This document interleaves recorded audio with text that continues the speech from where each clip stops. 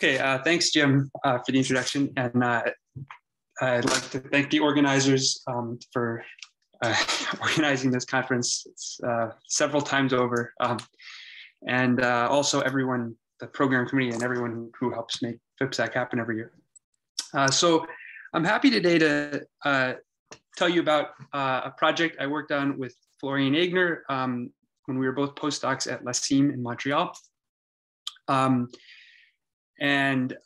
So the classical Robinson-Chenstedt correspondence has to do with Schur polynomials, and so I'm gonna tell you about a version that has something to do with Macdonald polynomials.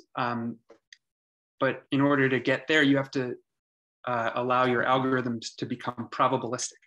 So I'll explain what that means along the way. Okay, so first I'll talk about Schur polynomials and a whole class of insertion algorithms that contains Robinson-Chenstedt. Okay, so first just some basic terminology. So a semi-standard Young tableau is a filling of the cells of the Young diagram so that the rows weakly increase and the columns strictly increase. And I'll be using French notation throughout the talk, where I draw my Young diagrams like this. So in particular, a standard Young tableau is a semi-standard tableau that uses each of the numbers 1 up to the size of lambda exactly once. And I'll use the usual symbol f lambda to denote the number of standard tableau of shape lambda. Okay, so the Schur function in a set of variables x1 up to x, an infinite set of variables is the generating function for semi-standard tableau with respect to this weight or content of the tableau. So x1 to the number of times 1 appears, etc. And one of the fundamental results about the Schur functions is the Koshi identity.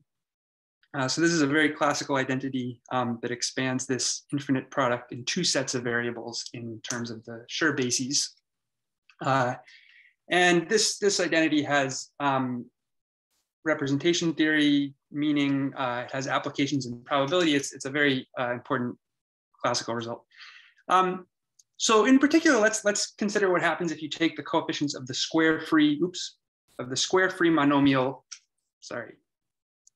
x1 up to xn, y1 up to yn. So in that case, on the left-hand side, you get the number of permutations of n.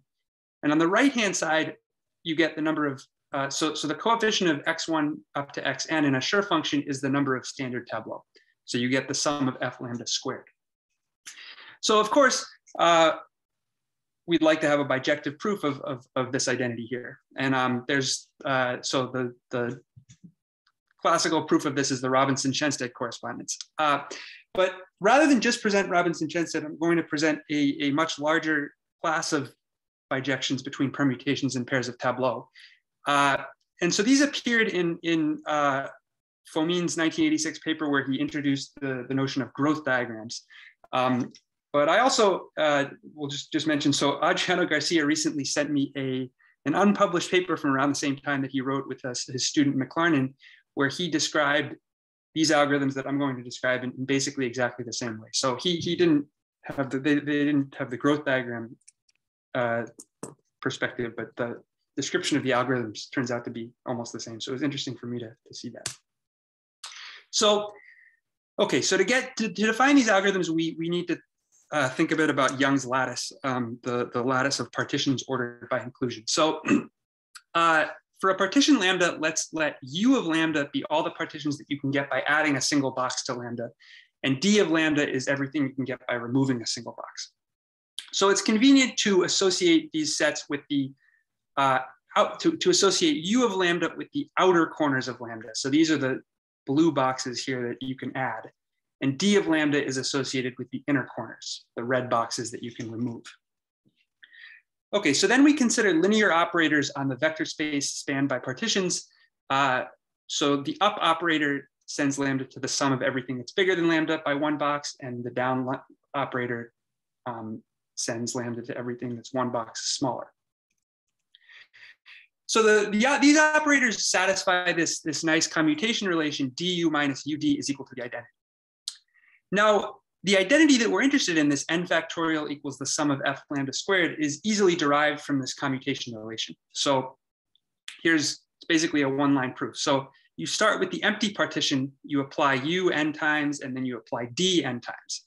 So on the one hand, when you apply u n times, you're building up a standard tableau. And then when you apply d n times, you're kind of building up in reverse another standard tableau. So you get the sum of f lambda squared. On the other hand, if you apply this commutation relation n times, it's straightforward to see that you get n factorial times the empty partition. So we have our identity there. So Fomin's insight is that a,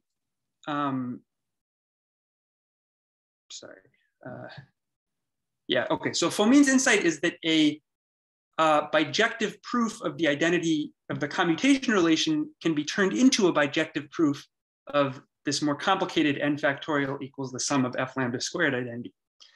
So in order to see how this works, let's first unpack what the commutation relation really says. So it says two things. It says that if you take two different partitions, the number of things that cover both in Young's lattice is equal to the number of things that are covered by both. And the other thing it says is that any partition lambda has exactly one more outer corner than inner corner. Okay, so the first set of identities are true because both of these sets above and below lambda and rho are either empty or singletons. So from a bijective point of view, there's not much you can do there. But for the second family identities, we're going to want to actually fix explicit bijections between outer corners and inner corners. And of course, there's one more outer corner. So in order to actually talk about bijections, we're going to introduce an extra element that I'll just denote by a circle and add it to the set of inner corners. So we can actually talk about bijections. So a set of local growth rules is a family of bijections between these two sets, one for each lambda.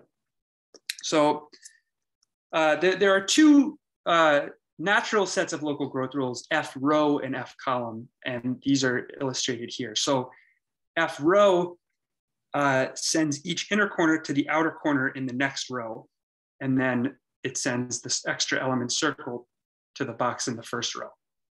And the column, F column, is the transpose of that. Okay, so now I'm going to explain how, given any fixed set of local growth rules, you can define an insertion algorithm. So let's let, oh, there we go, okay. let's let T be a semi-standard tableau with no repeated entries. So it doesn't necessarily have to contain all the numbers 1 through n. And then I have some number k that's not in T that I want to insert into it. So I'm going to let T less than j be the shape formed by everything that's less than j. So then, given a fixed family F of bijections, the F insertion of k into T is defined by the following algorithm. So rather than focus on this formal definition, I'm going to illustrate it in an example below, which hopefully will make it clear.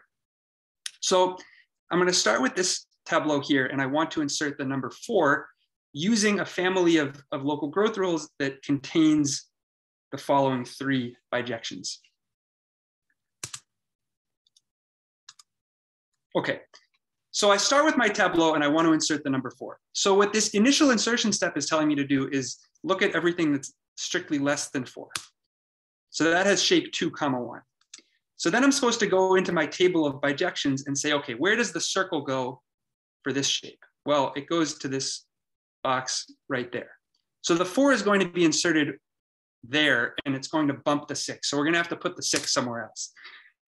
So now I look at the shape, and I go to the bumping step, and I look at everything that's less than or equal to 6. And this is the shape 2, 2, 1. So then I say, okay, where does this box that the 6 was located in go in this shape? Well, it goes down here. So the 6 is going to bump the 7. Finally, I say, okay, I look at everything that's less than or equal to 7, and I say, where does the 7 go? Well, the 7 goes up to the top and creates a new row. And now there's nothing there to get bumped, so the process terminates. And now I do everything. So I move the 4 to bump the 6 bumps the 7, and the 7 goes up top, and that's my end result.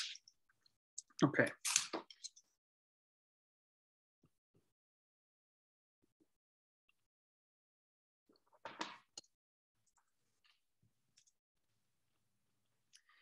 So this F insertion gives rise to a bijection from permutations to pairs of tableaux of the same shape as follows. So I start with the empty tableau and I insert W1, W2 to build up a standard tableau P.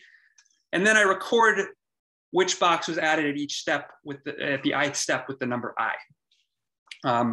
So this gives me a whole family of bijections. And in particular, if I take the growth rules F row, I get the usual row insertion Robinson-Chenstead. So I'm putting new numbers into the first row, and then when a number gets bumped, it moves up to the next row.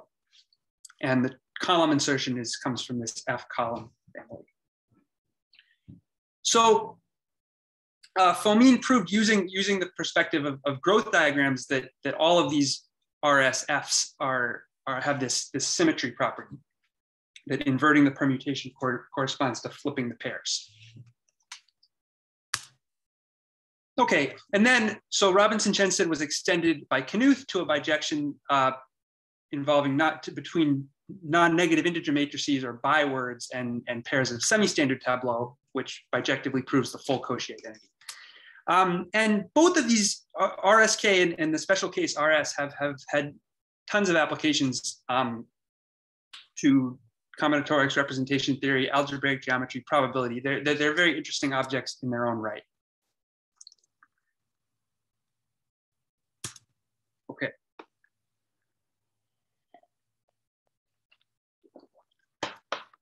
Okay, so now we'll add Qt's and start talking about Macdonald polynomials and probabilistic insertion algorithms. So the Macdonald symmetric functions are a basis of sim over the field Q of adjoint Qt introduced by Macdonald. And they generalize a number of different previously studied bases of symmetric functions. So in particular, when you set Q equal to T, you recover the Schur functions. So just like the Schur functions are sums over semi-standard tableau, there are combinatorial formulas for the Macdonald polynomials as sums over semi-standard tableau. And the difference is that in addition to this X weight, you have to put some somewhat complicated but combinatorial formula. So you have some complicated rational function in Q and T associated to each tableau. And also, the Macdonald polynomials are defined in terms of an inner product, and the dual basis with respect to that inner product is not exactly P lambda. It has a slightly different rational function involved. Okay, so Macdonald proved a generalization of the Koshi identity, which looks like this. And you can see that if you set Q equal to T here, you end up only with the factor 1 over 1 minus xi yj. So you reduce to the usual classical Koshi identity. So Macdonald proved this using his original definition of the P's and Q's, which was sort of, he defined them as the unique orthogonal basis with respect to a certain inner product. That's basically by applying Graham-Schmidt to the monomial symmetric functions. But we said, okay, well the Koshi identity can be proved by this bijection RS or RSK, and there's a lot of really interesting combinatorics coming out of that. So we thought, can we try to understand this generalized Koshi identity combinatorially from the tableau formulas rather than from the inner product definition? So that was our initial goal. And as in the Schur case, we'll start by considering the square-free coefficient, so the case that has to do with permutations. So in this case, there's this extra factor times n factorial on the left-hand side. But really what's changed is the right-hand side now has a Qt weight associated to each pair of tableau. So here I've just rewritten things. I've moved that factor to the right-hand side. And let's just look at what happens when n equals 2. So in this case, there's 2 permutations and 2 pairs of tableau, and the weights happen to look like this. So the above identity says that 1 plus 1 is equal to the sum of these 2 rational functions. So that's true. You can check it if you like. But the main point I want to make here is that this cannot be proved by a bijection from permutations to pairs of tableau. These weights do not match up. Okay, so instead of trying to have a bijection, we're gonna sort of relax the notion of bijection a little bit and allow what we're gonna call probabilistic bijections. So here the setting is that you have two finite sets equipped with weight functions, and I'll define a probabilistic bijection between these two weighted sets to be a pair of functions from x cross y to whatever field the weights lie in. And they have to satisfy three properties. So I'm going to, instead of writing p of xy and p bar of xy, I'm going to use a little bit more suggestive notation of p of x goes to y and p bar y goes to x. And the way I'm going to think about this is that this is a probability that x goes to y, and this is a probability that y goes to x. So the conditions here are saying that the p's for each fixed x, the p's are giving you a probability distribution on y. And for each fixed y, the p bars are giving you a probability distribution on x. And then these two probability distributions, these p's and p bars have to be sort of inverse to each other with respect to the weights, is how you can kind of think about this condition. And I'll emphasize, so we do not require that these functions p and p bar actually are probability. They don't actually have to take values in the interval 0 to 1. They can take values in any field, but it's still useful to think about them as being probabilities, right? We find. Okay, so we learned of this definition or got this idea from this work of Bufatov, Matveyev, and Bufatov, Petrov, but this is certainly not a new notion. It's equivalent to constructing a joint distribution on the product with marginals omega and omega bar. It also appears in the definition of the Wasserstein or Earth mover's distance between probability distributions. Okay, so now there are several probabilistic deformations of RS and RSK in the literature. So in the case, so as we saw in Sean's talk, it's often interesting to think about specializing one of the parameters to 0 in the McDonald polynomials. And in that case, there are various algorithms that are a Q version of row insertion, a Q version of column insertion, a T version of column insertion. And these actually have all been extended to the RSK generality as well. And they're all probabilistic algorithms. None of them are deterministic anymore. And they've had various applications to problems in probability. Okay, so our contribution is the construction of a Qt-RS algorithm. So we have two parameters rather than just one, and we call it QRST. Okay, so we saw before that a family of bijections between D of lambda union that circle and U of lambda produces a bijection between permutations and pairs of tableau. So in exactly the same way, if we want a probabilistic bijection proving this Qt identity, we can get such a bijection. We can get a probabilistic bijection proving that from any family of probabilistic bijections between the corresponding weighted sets. And here the weight functions, I'm not going to tell you what they are, but they just come from those tableau formulas for the McDonald polynomials.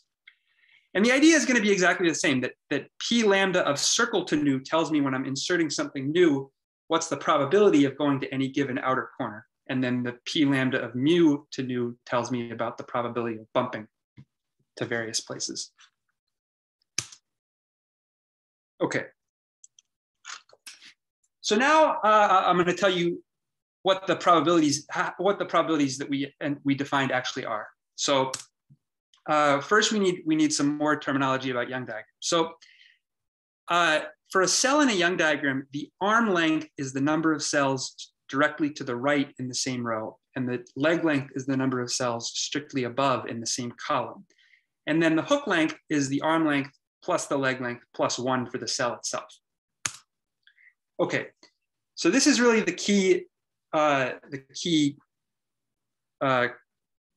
ingredient in defining the probability. So Given a partition lambda and an outer corner nu, I will define this rational function in Q and T as a product over all the cells in the same row as that cell and all of the cells in the same column as that cell. And what I do is I take a ratio of two polynomials in Q and T, and I think of both of these as being Qt analogs of the hook length. So I do Q to the arm, T to the leg, and then I decide whether to put that extra one in the arm or the leg. And that gives me two different Qt analogs. So it's not too hard to see that if you take Q equals T goes to 1, you actually get the ratio of all the hook lengths of lambda over all the hook lengths of nu, because the boxes that aren't in this row or column have the same hook length, whether you're thinking of them as being in lambda or in nu. Okay.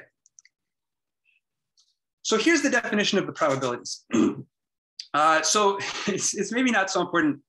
Like this may be kind of complicated at first glance, but I'll try to give some more intuition for what this means in the remaining slides. But here's the definition. So the initial insertion probabilities are essentially just those alpha nu over lambdas adjusted by a factor of t. And then the bumping probabilities are a bit more complicated. But I'll just say that, so the way that we prove that this is a probabilistic bijection is we define backward probabilities, p lambda bar, that are defined by very similar formulas. And we define them in such a way that this relation is immediate. So then what remains is to show that these p lambdas and p lambda bars sum to 1. And we prove that using Lagrange interpolation. Okay, so now to try to understand what's going on with this algorithm, let's think of, I'll explain what happens when you degenerate, when you set the variables, specialize the variables in various different ways. So on the one hand, if you send Q and T both to 0, you recover deterministic row insertion. And if you set only T to 0, you recover this Q deformation of row insertion defined by Borodin and Petrov. So this is, we basically we were kind of aiming when we defined our probabilities, we were aiming to degenerate to this map. So this was nice, but not particularly surprising. What was a lot more surprising was that when you invert Q and T and send them to 0, or in other words, when you send T and Q to infinity, you actually get the column insertion version of Robinson-Chenstead. And you also get these intermediate QRS column version and TRS column versions. So that was very surprising to us. And then finally, we can do something sort of completely new, which is to set Q equal to T. So normally with McDonald polynomials, that's not so interesting because it just turns them into Schur polynomials. But what happens is, even though when you set Q equals to T, even though the weight functions now become just 1, 1, 1, 1, 1, the probabilities don't become deterministic. So we actually get this whole one parameter family of probabilistic bijections that specializes to row insertion, column insertion, and also to this interesting new thing at Q goes to 1, which is related to hook lengths. Okay, so this Q equals T goes to 1 limit, I'll just say a little bit more about that. So the probability, the initial insertion probabilities we saw go to H lambda over H nu. The bumping probabilities go to this thing that involves the hook length of the cell that's in the intersection of the row and column of the two boxes. There's numerous proofs that these H lambdas over H nus define a probability distribution. But we'd be very interested to have a probabilistic or combinatorial explanation of the fact that these define a probability distribution on the set of outer corners. Our proof is just this thing where we write down a formula for it and use Lagrange interpolation, but we don't feel like we have very much insight into why these are probabilities. And you can also rewrite it like this using the hook length formula. Okay, so then I'll just say then that the other big open problem is to extend this to the full RSK generality. And so we know how to go from permutations to words, but the general byword setting seems to be quite a bit more challenging. Okay, thank you for listening. Thank our speaker. So are there any questions? I actually had one. In those original bijections you were using with the arrows going all over, Yeah. can they be parameterized by like standard Tableau or something like that?